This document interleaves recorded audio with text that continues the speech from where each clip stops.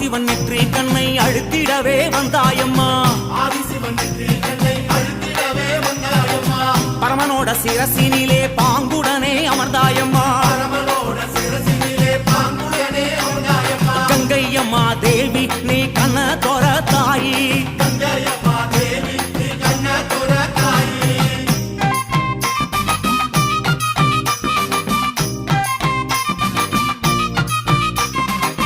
ஏழு கடல் சீமையெல்லாம் சூழ வந்தாய் கங்கையம்மா அம்மா ஆறு குளங்களிலே அழகு நதி ஓடையில்